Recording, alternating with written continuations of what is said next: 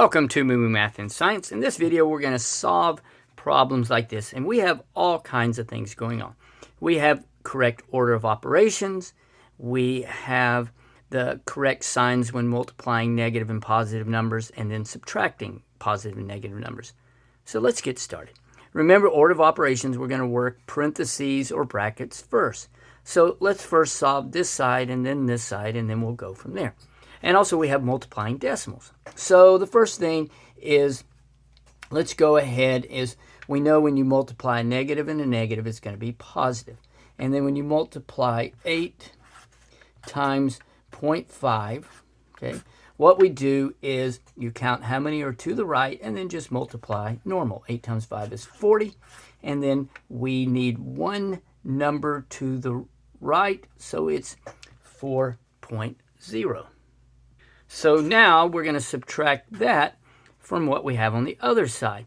This time we have a negative and a positive, so it's going to be negative. Okay, and then 8 times 2, we have one number to the right, so that is 16. So it's going to be one number to the right. So now we have minus a negative 1.6. Remember the rules. Let's rewrite this. 4.0 minus a negative 1.6. Whenever you have minus a negative, it becomes a positive. And we have 4.0. So that is going to equal, I'll set it up like this so you know what I'm doing. Okay, 4.0, 1.6. We have 6. Move the decimal. 4 plus 1 is 5. So the answer is 5.6. Let's work another example. Okay, guys, if you remember the signs, the rules for signs when you multiply or subtract, I'll put a link to a video I've created for that.